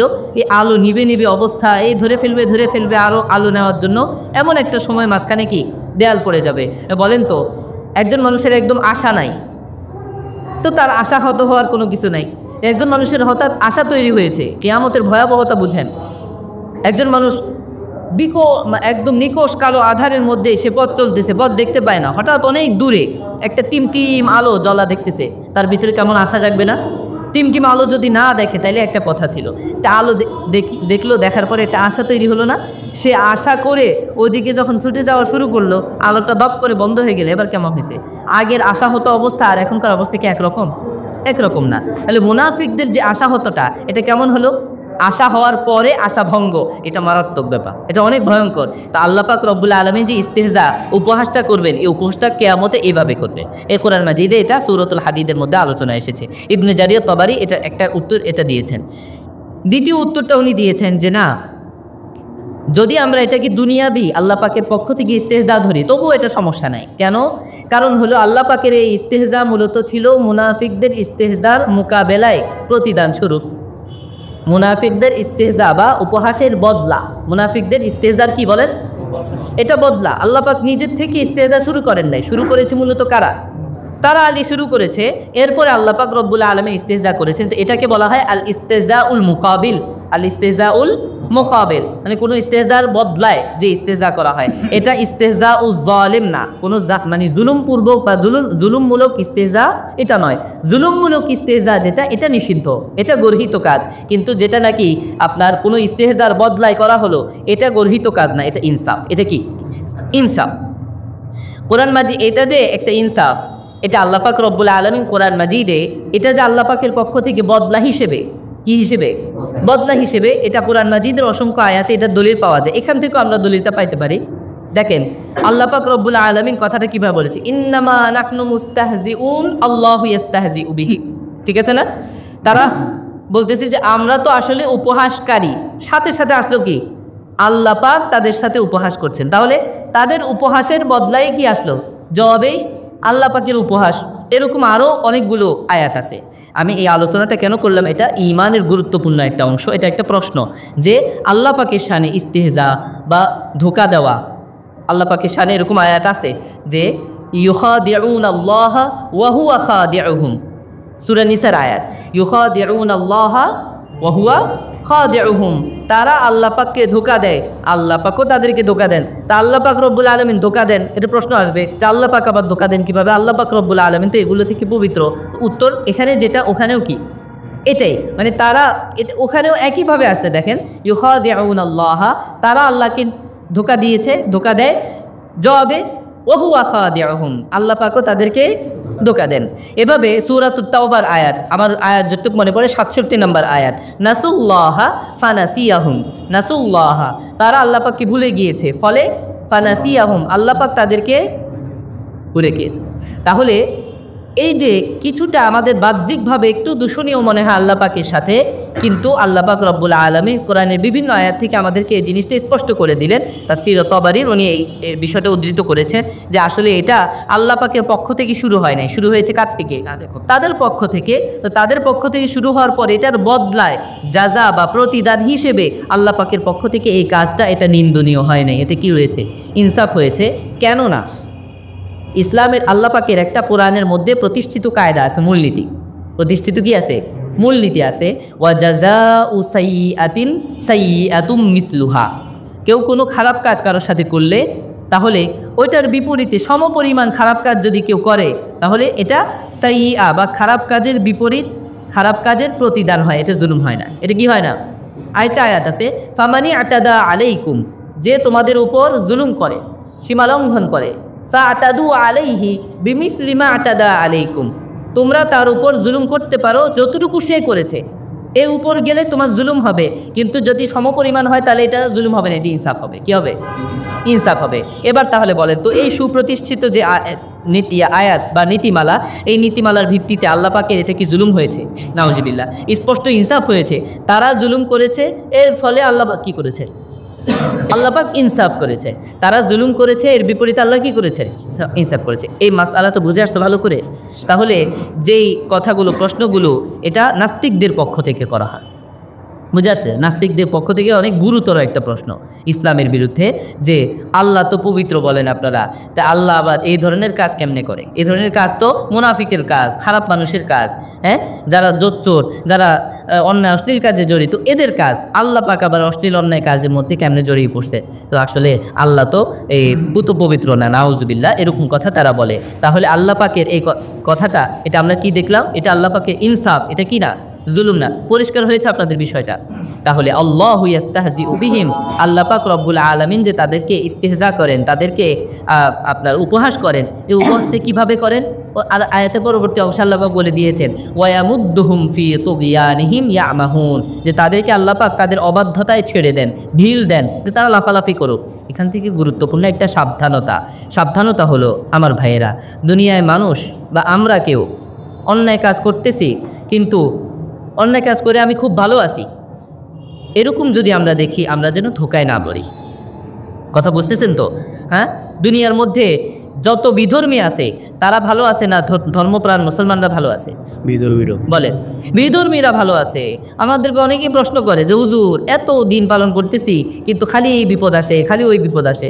আশ্চর্য কথা, আপনি তো ইসলামই বুঝেন নাই। আপনার উপরেই তো বিপদ আসবে। আপনি যে দিন পালন করতেছেন, আপনার উপরেই তো কি আসবে? বিপদ আসবে। কারণ যত সুখ, যত শান্তি আপনার জন্য সব বরাদ্দ রয়েছে কোথায়? আখিরাতে। হাদিসের মধ্যে আছে, আল্লাহ পাকের নবী সাল্লাল্লাহু আলাইহি ওয়াসাল্লাম বলেছেন, কিয়ামতের ময়দানে কিছু মানুষ এমন থাকবে তারা বলবে আল্লাহ পাকের কাছে, আল্লাহ, দুনিয়াতে আরও বিপদ কেন দিলেন না, যে বিপদের বিনিময়ে এখন আখিরাতে আমি আরও কিছু বদলা পেয়ে যেতাম। আল্লাহু আকবার। তো বলেন, আমাদের আসলে কোনটা চাই? কোনটা চাই বলেন না? আখিরাত চাই। এই জন্য সবর, ধৈর্য, এটা ঈমানের অর্ধেক দেওয়া হয়েছে। সবর হলো ঈমানের কি? অর্ধেক। আল্লাহ পাক নবী বলেন, ক্বালা রাসূলুল্লাহ সাল্লাল্লাহু আলাইহি ওয়াসাল্লাম, আল ঈমানু নিসফার, ঈমান হলো অর্ধেক, দুই ভাগ। নিসফুন সাবরুন ওয়া নিসফুন শুকরুন, অর্ধেক হলো সবর, অর্ধেক হলো শুকর। সবর এটা অত্যন্ত গুরুত্বপূর্ণ, এবং সবরকারী যারা, এদের জন্য এত বড় পুরস্কার, ইন্নাল্লাহা মা'আস সাবিরিন। আর কিছু লাগে না। আল্লাহ পাক নিজে, পুরা জাহানের অধিপতি নিজে, কি বলেন, পুরা জাহানের সুপ্রিম পাওয়ার যার কাছে, উনি হলেন নিজেই সবরকারীর সাথে আছেন। একদম স্পষ্ট কথা। আর কিছু লাগবে? কিচ্ছু দরকার নেই, দুনিয়াতেও দরকার নেই, আখিরাতেও দরকার নেই। আল্লাহ পাক যদি থাকেন, শান্তি সমৃদ্ধি সব এমনিই চলে আসবে। তবে যাই হোক, এখান থেকে আমরা একটা জিনিস বুঝলাম, শিক্ষা, যে কাউকে শান্তিতে দেখলেই তাকে এটা মনে করার উপায় নাই যে সে সৎপথে আছে। শান্তি মানেই কি নয়? সৎপথ নয়। আর আমি সৎপথের কাজ করতেছি তাই বলেই আমার খালি শান্তিই আসবে, বিষয়টা কি নয়, এরকম না। পদে পদে আমাকে বিপদ মারাইতে হবে, সবর করার সাথে থাকতে হবে ইনশাআল্লাহ। কথা বুঝে আসছে তো ইনশাআল্লাহ? এখান থেকে গুরুত্বপূর্ণ এই শিক্ষাটা নিলাম আমরা। শেষ আয়াতে আসেন, উলাইকাল্লাযীনা ইশতারাউদ দালালাতা বিল হুদা, তারা ভ্রান্তিকে ক্রয় করেছে কিসের বিনিময়ে? হেদায়েতের বিনিময়ে। আল্লামা ইবনে জারির তবারি রাহিমাহুল্লাহ এটা সুন্দর একটা ব্যাখ্যা করেছেন, যে তারা এটা যে করেছে, এটা কোরআন মাজিদের আরেকটা আয়াত থেকে বোঝা যায় যে তারা আসলে ইস্তাহাব্বুদ দালালা আলাল হুদা, তারা হেদায়েতের উপর দালালাত বা ভ্রান্তিকে পছন্দ করেছে। কি করেছে? ভ্রান্তিকে পছন্দ করেছে। এটা কিভাবে? সামুদ জাতির নাম শুনেছেন আপনারা? কোরআন মাজিদে আছে, ফাআম্মা সামুদ, তো আম্মা সামুদু ফাহাদাইনাহুম, আমি তাদেরকে হেদায়েত দিয়েছি, সঠিক পথ কোনটা, ব্যাঠিক পথ কোনটা আমি দেখিয়েছি। আল্লাহ পাক বলেন, ফাহাদাইনাহুম ফাস্তাহাব্বুল আমা আলাল হুদা, তারা অন্ধত্বকে বেছে নিয়েছে হেদায়েতের উপরে। পছন্দ করেছে কিসেকে? অন্ধত্বকে। কিসের উপর? হেদায়েতের উপরে। তো তারা যেরকম করেছে, মক্কার কাফেররা, মক্কার মুনাফিকরা, এরাও কি করেছে? এরা ওই ভ্রান্তিকে গ্রহণ করেছে, ভ্রান্তিকে পছন্দ করেছে কিসের বিনিময়ে? হেদায়েতের বিনিময়ে, হেদায়েতের উপর তাদের মতো হয়েছে। এখানে একটা কথা গত সপ্তাহে হয়তো কিছুটা আলোচনা হয়েছে, যে আল্লাহ পাক রব্বুল আলামিন পৃথিবীর যত মানুষ আছে সবার ক্ষেত্রে আল্লাহর নীতি একটা, আর অন্য যত মাখলুকাত আছে তাদের ক্ষেত্রে আল্লাহ পাকের নীতি হলো আরেকটা। সমস্ত মাখলুকাতকে আল্লাহ পাক রব্বুল আলামিন জন্ম থেকে হেদায়েত দিয়েই দেন। জন্ম থেকে হেদায়েত দিয়ে দেন। হেদায়েত মানে কি? মানে কোন পথে চলতে হবে, কি খাইতে হবে, কি দাইতে হবে, কেমনি কি করা লাগবে না লাগবে, সব কিছু একদম স্পষ্ট আল্লাহ পাক একদম জন্ম থেকেই বলে দেন। কোরআন মাজিদের আয়াত, আল্লাহ পাক রব্বুল আলামিন বলেন, ইন্না কুল্লা শাইইন খালাকনাহু রব্বুনাল্লাযী আ'তা কুল্লা শাইইন খালকাহু সুম্মা হাদা। রব্বুনাল্লাযী আ'তা কুল্লা শাইইন খালকাহু সুম্মা হাদা, সূরা তাহার আয়াত। আল্লাহ পাক বলেছেন যে আমাদের রব হলেন তো তিনি, আল্লাযী আ'তা কুল্লা শাইইন খালকাহু, দুনিয়ার যত মাখলুক আছে তাদের খলক সৃষ্টি আল্লাহ পাক দিয়েছেন, দেওয়ার পরে সঙ্গে সঙ্গে সুম্মা হাদা, তাকে হেদায়েতও দিয়ে দিয়েছেন। এই সমস্ত মাখলুকাতের ক্ষেত্রে এটা। আর মানুষের ক্ষেত্রে আল্লাহ পাক কি বলেছেন? ওয়াহাদাইনাহুন নাজদাইন, আমি মানুষকে দুইটা পথ দেখিয়েছি, ভালো পথও দেখিয়েছি আবার খারাপ পথও দেখিয়েছি। সূরাতুশ শামসের মধ্যে আল্লাহ পাক বলেছেন, ফাআলহামাহা ফুজুরাহা ওয়া তাকওয়াহা, যে মানুষকে আমি মানে পাপাচারের কাজও দেখিয়েছি এবং তাকওয়ার কাজ, আল্লাহ ভীতির কাজ, ন্যায়ের কাজ, এটাও আমি দেখিয়েছি। এরপর আল্লাহ পাক কি বলেছেন? কদ আফলাহা মান যাক্কাহা ওয়া কদ খাবা মান দাস্তাহা, বিজয়ী সে, সফলকাম সে যে নাকি তাকওয়া অবলম্বন করেছে, আর ব্যর্থ সে যে তাকওয়ার পথটা ছেড়ে দিয়েছে। তাহলে বুঝে আসছে না? মানুষের ক্ষেত্রে হলো আল্লাহ পাকের পদ্ধতি ভিন্ন। মানুষের ক্ষেত্রে আল্লাহ পাক হেদায়েত কীভাবে দেন? হেদায়েত দেন হলো দুইটা রাস্তা দেখিয়ে দেন। তুমি চাইলে এটাও করতে পারো, চাইলে এটাও করতে পারো, তোমার ইখতিয়ার আছে, তোমার ইচ্ছা আছে। চিন্তা শক্তির স্বাধীনতা, হ্যাঁ, ইচ্ছা শক্তির স্বাধীনতা, ইচ্ছা শক্তির স্বাধীনতা মানুষকে আল্লাহ পাক দিয়ে দিয়েছে। চাইলে এটা করতে পারো, চাইলে ওটা করতে পারো, দেখিয়ে দিয়েছেন আল্লাহ পাক। অন্য মাখলুকাতের ক্ষেত্রে কী করেছেন? সরাসরি কোনটা করতে হবে ওটাই স্পষ্ট সব দিয়ে দিয়েছেন। কারণ কি? কারণ মানুষ হলো প্রতিযোগী। মানুষ হলো প্রতিযোগী। প্রশ্ন যদি ফাঁস হয়ে যায় তাহলে প্রতিযোগিতা হয়। প্রশ্ন ফাঁস হয়ে গেলেই যে এত সমস্যা হয়, এত কথাবার্তা হয়, সমালোচনা হয় কেন? প্রশ্ন ফাঁস হওয়া এটা কোনো প্রতিযোগিতা হলো না, এটা কোনো পরীক্ষা হলো না। তা আমরা তো এখানে পরীক্ষার্থী, আমরা প্রতিযোগী। আমাদেরকে ওই আপনার বিভিন্ন প্রতিপক্ষ ডিঙ্গিয়ে আমাদেরকে পার হয়ে যাওয়া লাগবে। এই জন্য আমাদের জন্য পথ হলেও দুইটা দেখানো হয়েছে। এবার আপনি সব শত্রু এগুলোকে ডিঙ্গিয়ে আপনি পুরস্কারের রাস্তা যেটা সেটা অবলম্বন করে সঠিক রাস্তা পর্যন্ত যেতে হবে। যেহেতু মানুষের ক্ষেত্রে হলো এটা। তো মুনাফিকরা কী করে? মুনাফিকরা আল্লাহ পাকের দেখানো যে দুইটা পথ, এখান থেকে তারা তাদের খারাপ বন্ধুদের কারণে, তাদের নিজেদের প্রবৃত্তির তাড়নায় বা নানান কারণে তারা গ্রহণ করেছে কোনটা? তারা খারাপ অন্যায় রাস্তাটা, তারা খবিসের রাস্তাটা বা ফুজুরের পাপ কর্মের রাস্তাটা তারা গ্রহণ করেছে। তো ফলে এটা তো আল্লাহ পাকের পক্ষ থেকে জুলুম না, এটা আল্লাহ পাকের পক্ষ থেকে কি না? জুলুম না। আল্লাহ পাক তো দেখিয়ে দিয়েছেন। এবার যেটা করেন, আল্লাহ পাক কখনও কারো ইচ্ছা শক্তির মধ্যে হস্তক্ষেপ করেন না। হ্যাঁ, আল্লাহ পাক রব্বুল আলামিন এটা করেন যে কেউ যদি ইচ্ছা শক্তি অবলম্বন করে ভালো কাজ শুরু করে দেয় তাহলে তাকে ভালো কাজ করার ক্ষমতা আল্লাহ বাড়িয়ে দেন, ঈমান তাকে বাড়িয়ে দেন। কোরআন মাজিদে আছে সূরাতুল কাহফের আয়াত, আল্লাহ পাক রব্বুল আলামিন বলেছেন যে যখন নাকি তারা আসহাবে কাহফের তারা আজম করলো, প্রতিজ্ঞা করলো যে না, এই দেবী এই সমস্ত পূজা তো আমরা করতে পারি না, আমরা মেনে নিলাম যে আল্লাহ পাক রব্বুল আলামিনই হলেন একমাত্র আমাদের অধিপতি। এই কথাটা যখনই তারা বলেছে সঙ্গে সঙ্গে আল্লাহ পাক রব্বুল আলামিন বলেন, إذ أوى الفتية إلى الكهف فقالوا ربنا آتنا من لدنك رحمة وهيئ لنا من أمرنا رشدا فضربنا على آذانهم في الكهف سنين عددا ثم بعثناهم لنعلم أي الحزبين أحصى لما لبثوا أمدا। এই যে আয়াতগুলোর মধ্যে আল্লাহ পাক রব্বুল আলামিন বলেছেন তাদের পক্ষ থেকে শুধু কি হয়েছে? ইদ আওয়াল ফিতিয়াতু ইলাল কাহফি, তারা শুধুমাত্র ভালো কাজে চলার জন্য প্রথম পদক্ষেপটা ফেলেছে। ঠিক আছে, আল্লাহ পাক রব্বুল আলামিনের পদক্ষেপ শুরুই হয়েছে কোত্থেকে জানেন?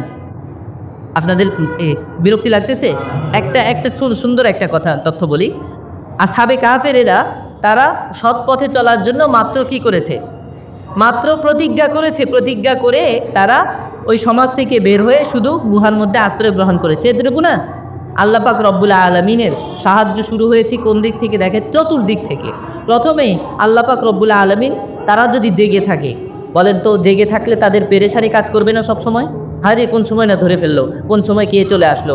আল্লাহ পাক তাদেরকে ঘুম দিয়ে দিলেন এবং ঘুমের কথাটা কিভাবে বলেছেন দেখেন, ফাদরাবনা আলা আদানিহিম, আমি তাদের কানের মধ্যে পর্দা দিয়ে দিলাম। কানের মধ্যে পর্দা দিয়ে দিব। আমেরিকার একজন অনেক বড় গবেষক, উনি এই আয়াতটা গবেষণা করে মুসলমান হয়েছে। কি ঘটনা হলো কি, মানুষ যখন ঘুমায় সর্বশেষ মানুষের অঙ্গ প্রত্যঙ্গের মধ্যে কান বা শোনার যে শক্তি, এটা হলো সর্বশেষ আপনার আপনার একেবারে যদি গভীর ঘুম হয় তখন সর্বশেষ এই কানের কার্যক্ষমতা শেষ হয়, সর্বশেষ। না হয় অনেক সময় আমরা ধরেন চোখ বন্ধ করে আসি, এটা কি ঘুম? চোখ বন্ধ করে থাকলে দেখা যায় কানে কথা শুনতেছি, অথবা হালকা ঘুম চলে আসছে, টুং করে একটা আওয়াজ হলো, আওয়াজ হওয়ার সাথে সাথে সর্বপ্রথম আমাদের কোন অঙ্গটা জেগে ওঠে বলেন তো? কান জেগে ওঠে। তো আল্লাহ পাক রব্বুল আলামিন বলেছেন ফদরবনা আলা আযানিহিম, আমি তাদের কানের উপর পর্দা ফেললাম। আল্লাহ পাক শুরুতে এটা দিলেন, এটা বোঝানোর জন্য যে তাদেরকে আমি গভীর নিদ্রা দিলাম। তো গভীর নিদ্রার এই প্রকাশটা আল্লাহ পাক যে এভাবে করলেন, এটা গবেষণা করে আমেরিকার একজন গবেষক কী হয়েছে? মুসলমান হয়েছে। কেননা সে গবেষণা করে দেখেছে যে গভীর নিদ্রা মূলত সর্বশেষ কানের কার্যক্ষমতা শেষ হওয়ার মাধ্যমেই হয়। আল্লাহ পাক এটা এভাবে উচ্চারণ করেছেন। যাই হোক, আল্লাহ পাক রব্বুল আলামিনের সাহায্য কিভাবে আসলো? তাদেরকে গভীর নিদ্রা দিলেন। সূর্য যেটা আছে, সূর্য স্বাভাবিকভাবে তাদের সামনে দিয়ে যাওয়ার কথা, সামনে দিয়ে গেলে তাদের একদম স্পষ্ট ওই গর্তের যে মুখ, ওখান দিয়ে আলো ঢুকে যেত, মানুষ দেখে ফেলতো। আল্লাহ পাক রব্বুল আলামিন সূর্যকে ওখান থেকে সরিয়ে দিলেন, ওখানে সরিয়ে দিলেন। সকালে যায় আর একদিক থেকে যেখান দিকে যাওয়ার কথা সেখান থেকে, মানে পুরো সিস্টেম মানে আল্লাহ পাক উলট পালট করে দিলেন। কিছু মানুষ, মাত্র 7 জন মানুষ, তারা আল্লাহ পাকের দ্বীনের উপর চলার জন্য শুধুমাত্র প্রতিজ্ঞা করেছে। বাস আল্লাহ পাকের পক্ষ থেকে নুসরত কোন দিক থেকে আসা শুরু হয়েছে, আল্লাহ পাক এটা এভাবে বলেছেন। এবং দেখেন আল্লাহ পাক রব্বুল আলামিন তাদের চোখগুলোকে খোলা রেখেছেন। চোখ কি খোলা? কখনো যদি কেউ সামনে দিয়ে গিয়েছেও দেখেছে যে চোখ খোলা কিছু মানুষ শুয়ে আছে, সমস্যা নেই, কথা বলতেছে মনে হয়, এটা মনে করে তারা পার হয়ে চলে গেছে। আল্লাহু আকবার, কথা বুঝতেছেন? এত সিস্টেম আল্লাহ পাক এদের জন্য করে দিয়েছেন, পুরা দুনিয়াটা উলট পালট করে দিয়েছেন। তাহলে সেই আল্লাহই তো এখনও আছেন নাকি? না পরিবর্তন হয়েছেন? সেই আল্লাহই আছেন, কিন্তু সেই ঈমানটা শুধু অভাবটা কোনটা? শুধু সেই ঈমানটা অভাব। আমাদের সব কিছু নতুন হচ্ছে। আল্লাহ পাক রব্বুল আলামিন তেমনই আছেন, আমাদের যদি শুধুমাত্র ঈমানটা নতুন হয়ে যায়, আমাদের বিশ্বাসটা যদি শুধু কী হয়ে যায়, নতুনভাবে আমরা সাজিয়ে নিতে পারি, সেই পুরাতন। আমাদের ইসলামের কোনো কিছু নতুন না, আপডেট না, ইসলামের সব কি পুরাতন জিনিস। ওই পুরাতন ওনারা যা করেছেন ওই মডেল অনুযায়ী যদি ইসলাম আমার ঈমানটাকে আমি সাজিয়ে নিতে পারি, তাহলে ইনশাল্লাহ ওই পুরাতন আল্লাহ যিনি আছেন উনি এখনও আছেন। ইনশাল্লাহ পুরাতন সেই সময়ে তিনি যেভাবে নুসরত করেছেন, এখনও তিনি সেভাবেই কী করবেন, নুসরত করবেন। এবং নুসরত যে উনি করেন, এটা বিভিন্ন জায়গায় আলহামদুলিল্লাহ প্রমাণ পাওয়া যাচ্ছে। একটু খোঁজ নিলে দেখবেন যে আলহামদুলিল্লাহ প্রমাণ এগুলো বিভিন্ন জায়গায় আসতেছে আলহামদুলিল্লাহ। শুধু আমাদের ঈমানটার অভাব। তাহলে সর্বশেষ আমরা যে জিনিসটাই করলাম, যে আল্লাহ পাক আমাদেরকে যে হেদায়েতের 2টা পথ দেখিয়ে দিয়েছেন, এখন আমাদের ইচ্ছা আমরা কোন পথ বেছে নেব। ইনশাআল্লাহ আমরা সঠিক পথ যেটা, ন্যায়ের পথ যেটা, সুপ্রতিষ্ঠিত পথ যেটা, নীতিবান পথ যেটা, পিছন থেকে আমরা যেটাই করলাম নীতিবান পথই তো আমরা অবলম্বন করব। আর যদি আমরা নীতিবান পথ অবলম্বন না করে দুনিয়ার মানুষের ক্ষেত্রে যাই, তাহলে তাদের আসলে কোনো নীতি নাই, তারা হলো স্যাঁচরা মার্কা লোক। আমাদের ওই স্যাঁচরার মতো হওয়া লাগবে। আল্লাহ আমাদেরকে হেফাজত করেন। আমাদের গুরুত্বপূর্ণ যে শিক্ষাটা আজকে আমি গুরুত্বের সাথে যেটা নিব, সেটা হলো আল্লাহু ইয়াস্তাহজিউ বিহি। আল্লাহ পাক রব্বুল আলামিন মুনাফিকদের কি দেন? মুনাফিকদের প্রতিদান আমরা আলোচনা যা করেছি, প্রথমে তো ইবনে জারির বলেছেন কিয়ামতে দিবেন, এরপরে বলেছেন দুনিয়াতেও কি? দুনিয়াতেও দিবেন। দুনিয়াতে দিলেও এটা আল্লাহ পাকের পক্ষ থেকে জুলুম হবে না, ইনসাফ পাবে। তার মানে হলো মুনাফিকি কার্যকলাপ যদি আল্লাহ না করেন, মাআদাল্লাহ, আমাদের কারো কাছ থেকে হয়ে যায়, তাহলে সব সময় এই ভয়টা আমাদের দিলে থাকা চাই, আল্লাহ পাক যে কোনো সময় এটার প্রতিদান দিয়ে দিতে পারে। আল্লাহ পাকের পক্ষ থেকে যদি প্রতিদান চলে আসে, তাহলে কি করার আছে বলেন? আল্লাহ যদি, আমি উপহাস করলাম আল্লাহর দিন নিয়ে, আমি উপহাস করলাম বিভিন্ন জিনিস নিয়ে, আল্লাহ যদি আমাকে নিয়ে উপহাস শুরু করে দেন, কি করবেন আল্লাহ পাক? আমাকে ছাড় দেবেন। ঘড়িকে যে ছাড় দেওয়া হয় না, ছাড় দেওয়া হয়, তো ভাবের কথা আর কি। ঘড়ি মাঝে মাঝে মনে করে যে আমার তো খুব স্বাধীনতা দুনিয়াতে, আমি যেখানে মন চাই সেখানে ঘুরে বেড়াচ্ছি, কিন্তু আসলে কি সে স্বাধীন? তার নাতাইয়ের মধ্যে তো তার ওই আটকানো আছেই। তা আমাদের সবার নাতাই কার কাছে? আল্লাহ পাক রব্বুল আলামিনের কাছে। খালি হাতটা থপ করে বন্ধ করে দিলে সব থেমে যাবে, যত নাচানাচি আছে। তাহলে আল্লাহ পাক রব্বুল আলামিন যদি আমাদেরকে প্রতিদান দিতে চান ইস্তেহজার বা নিফাকির, তাহলে এটা ভয়ঙ্কর ব্যাপার। তাহলে আমরা আল্লাহ না করেন যদি কোনো মুনাফিকি কাজের মধ্যে লিপ্ত থেকে থাকি, আল্লাহর ওয়াস্তে মুনাফিকি কাজ থেকে যেন আমরা ফিরে আসি। এটা বড় ভয়ঙ্কর বিষয়। আর আমাদের কোন সময় মৃত্যু চলে আসে এটাও তো বলা যায় না। আখেরাতেও যদি আল্লাহ পাকের পক্ষ থেকে প্রতিদান আসে, কি করবো আমরা বলে? তাহলে যে কোনো মুহূর্তে আল্লাহ পাকের পক্ষ থেকে শাস্তি চলে আসতে পারে, এই ভয়টা আমাদের দিলের মধ্যে সবসময় রাখা চাই। মুনাফিকি কার্যকলাপ থেকে বেঁচে থাকা অত্যন্ত জরুরি এবং আমাদের এটা নিয়ে গর্ব করা দরকার যে আমরা আছি সুপ্রতিষ্ঠিত দিনের উপর, আলহামদুলিল্লাহ। সেই দিন যেই দিনের নীতি নির্ধারক আছেন, যেই দিনের নীতিমালা আছে প্রণীত একদম সিস্টেম 1450 বছর আগে একইভাবে, এবং এই দিনের নীতিবান একজন মডেল আছেন এবং আপনার কি বলে মাক্কাছি সাহাবায়ে কেরাম রিদওয়ানুল্লাহি আলাইহিম আজমাইনও আছেন, যারা কখনো দ্বিরাচারিতা করেন না, যারা দ্ব্যর্থহীন কথা বলেন। আমাদের দ্বীনের মধ্যে দ্ব্যর্থ বলতে কোনো কথা নাই, আমাদের দ্বীন এটা সুপ্রতিষ্ঠিত। আল্লাহ পাক রব্বুল আলামিন আমাদেরকে এই দ্বীন এখানে সুপ্রতিষ্ঠিত দ্বীন এটাকে গ্রহণ করে এটার অনুযায়ী সহিভাবে পরিপূর্ণ মুমিন হয়ে চলবার তৌফিক দান করেন। আমিন। ওয়া আখিরু দাওয়ানা আলহামদুলিল্লাহি রাব্বিল আলামিন।